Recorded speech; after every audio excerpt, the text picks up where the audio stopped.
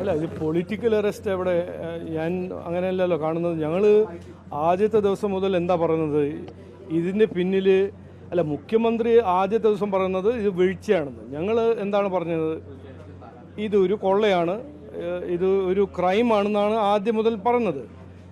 അതിന് ആദ്യം അവർ പോറ്റി അവരെ എല്ലാം അറസ്റ്റ് ചെയ്യാൻ നോക്കി, ഒരു വീഴ്ചയായിട്ട് ഒരു സിഗ്നൽ കോർട്ടിനും പോലീസിനും കൊടുക്കാൻ നോക്കി. ഞങ്ങൾ അന്ന് പറഞ്ഞ കാര്യം ഞങ്ങൾ ഇന്നും പറയുന്നു.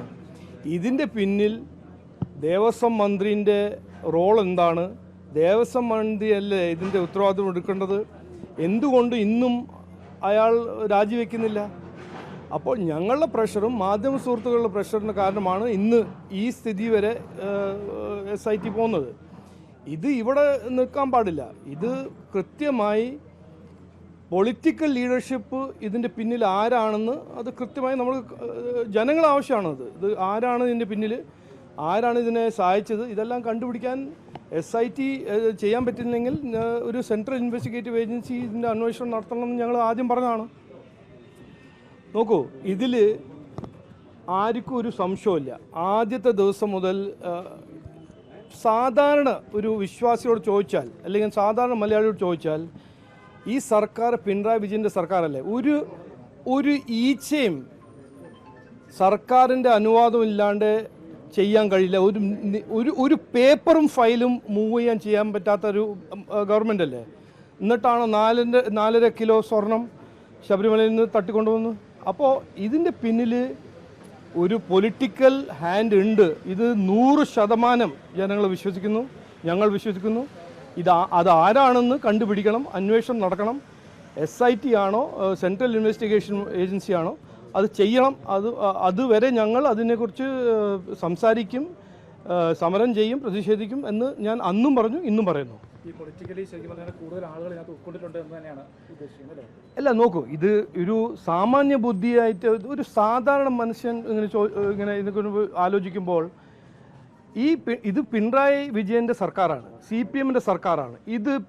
ഇവിടെ ഈ സർക്കാരിൽ പിണറായി വിജയൻ വിചാരിക്കാണ്ടേയും ആലോചിക്കാണ്ടേയും എന്തെങ്കിലും നടക്കുമോ? നിങ്ങളെന്ന് ചോദിച്ചു നോക്കൂ. ചെയ്യുമോ ആരെങ്കിലും? അങ്ങനെ ധൈര്യം ഉണ്ടോ ഈ സർക്കാരിൽ? ഇല്ല. അപ്പോൾ ഇതെല്ലാം പ്ലാൻഡ് ഒരു അറ്റംപ്റ്റാണ്, പ്ലാൻഡ് കോൺസ്പിറസിയാണ്. അങ്ങനെയാണ് ഞങ്ങൾ കാണുന്നത്. അത് ആരോടും ഏത് സാധാരണ മലയാളികൾ ചോദിച്ചാൽ അവരിങ്ങനെയാണ് പറയാൻ പോകുന്നത്. ഇതിന് പിന്നിൽ പൊളിറ്റിക്കൽ ലീഡർഷിപ്പ് ഉണ്ട്, അവർ സഹായിച്ചിട്ടുണ്ട്. ഈ ഒരു അഴിമതി രാഷ്ട്രീയം അതിൻ്റെ പിന്നിലുണ്ട്, ഒരു പൊളിറ്റിക്കൽ കറപ്ഷൻ ആണെന്നാണ് ഞങ്ങൾ കൃത്യമായി ഇന്നും അവതരിപ്പിക്കുന്നതെന്ന് പറയുന്നത്. ഈ പത്തനംതിട്ട ജില്ലാ കമ്മിറ്റി അംഗം തന്നെ അറസ്റ്റിലായ സാഹചര്യത്തിൽ ഇപ്പോൾ തെരഞ്ഞെടുപ്പൊക്കെ നിൽക്കുവാണല്ലോ, സ്വാഭാവികമായിട്ട് ചർച്ചാ വിഷയമാകും. CPMൻ്റെ പൊയ്മുഖമല്ലേ അഴിഞ്ഞു വീഴുന്നത്? നോക്കൂ, അതിൽ ഞാൻ ഇത് അഴിമതി ഒരു പ്രധാനപ്പെട്ട ഇഷ്യൂ ആണ്. നമ്മുടെ രാഷ്ട്രീയത്തിൽ ഇതൊരു പ്രധാനപ്പെട്ട ഒരു ഇഷ്യൂ ആയിട്ട് ജനങ്ങൾ ഡിസ്കസ് ചെയ്യണം.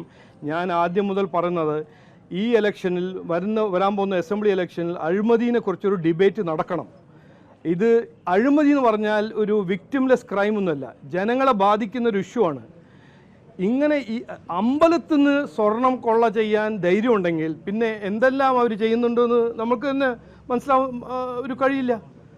അപ്പോൾ അഴിമതി, ഈ രാഷ്ട്രീയ അഴിമതി നിർത്തണം. ഞങ്ങൾ പറയുന്നത് എന്താണ്, ഈ ലോക്കൽ ബോഡി ഇലക്ഷനിൽ ഞങ്ങളൊരു ഉറപ്പ്, ഞങ്ങൾ തരുന്നൊരു ഗ്യാരണ്ടി എന്ന് പറഞ്ഞാൽ അഴിമതി രഹിത ഭരണം. 11 കൊല്ലം നരേന്ദ്രമോദിജി കാണിച്ചു തന്നിട്ടുണ്ട്. അഴിമതി രഹിത ഭരണം ചെയ്യാൻ കഴിയും. ചെയ്യാൻ ആ കഴിവും താല്പര്യമുള്ള ഒരൊറ്റ പാർട്ടിയാണ് BJP NDA.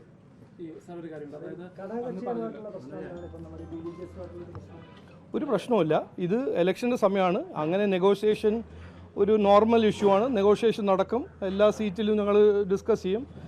ഒറ്റക്കെട്ടായിട്ട് NDA മാറ്റം കൊണ്ടുവരും എന്ന് ഞാൻ ഉറപ്പ് തരുന്നു.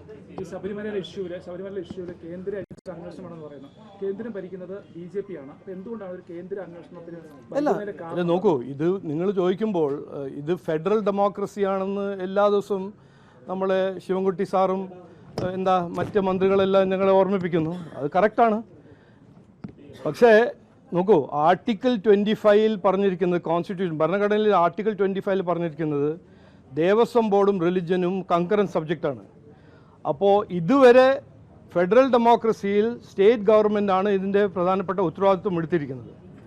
ഇന്നലെ മിന്നാന്ന് നമ്മൾ ശബരിമലയിൽ കണ്ടല്ലോ എന്താണ് ഈ സർക്കാർ എന്ത് ചെയ്യുന്നു, വിശ്വാസികൾക്ക് എന്ത് ചെയ്യുന്നു, അവർക്ക് വേണ്ടി ഒന്നും ചെയ്യുന്നില്ല.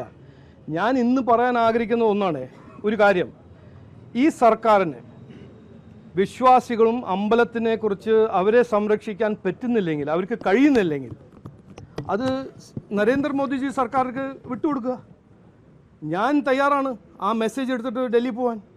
നരേന്ദ്രമോദിജീൻ്റെ സർക്കാർ ഈ അമ്പലങ്ങളും ഈ വിശ്വാസികളുടെ പുണ്യസ്ഥലങ്ങളെല്ലാം സംരക്ഷിക്കട്ടെ. ഇവർക്ക് കഴിയുന്നില്ലല്ലോ. ഇവിടെ നടക്കുന്നത് കൊള്ള. പിന്നെ ഇന്നലെ മിന്നാന്ന് കണ്ട സ്ഥിതി കണ്ടില്ലേ ശബരിമലയിൽ? 15 മണിക്കൂർ വെള്ളം കഴിക്കാനൊന്നും ഇല്ലാത്തൊരു സ്ഥിതിയാണ്. അപ്പോൾ ഒരു പ്ലാനിങ്ങും ഇല്ല. ഒരു കുറ്റകരമായ അനാസ്ഥ എന്ന് പറഞ്ഞ ഒരു സർക്കാർ, ഇങ്ങനെ സർക്കാർ ഇതുവരെ ഞാൻ എത്രയോ സർക്കാർ കണ്ടതാണ്, കോൺഗ്രസ് സർക്കാരും കണ്ടതാണ്. പക്ഷേ ഇങ്ങനത്തെ ഒരു സർക്കാർ ഞാൻ ആദ്യമായിട്ടാണ് കാണുന്നത്.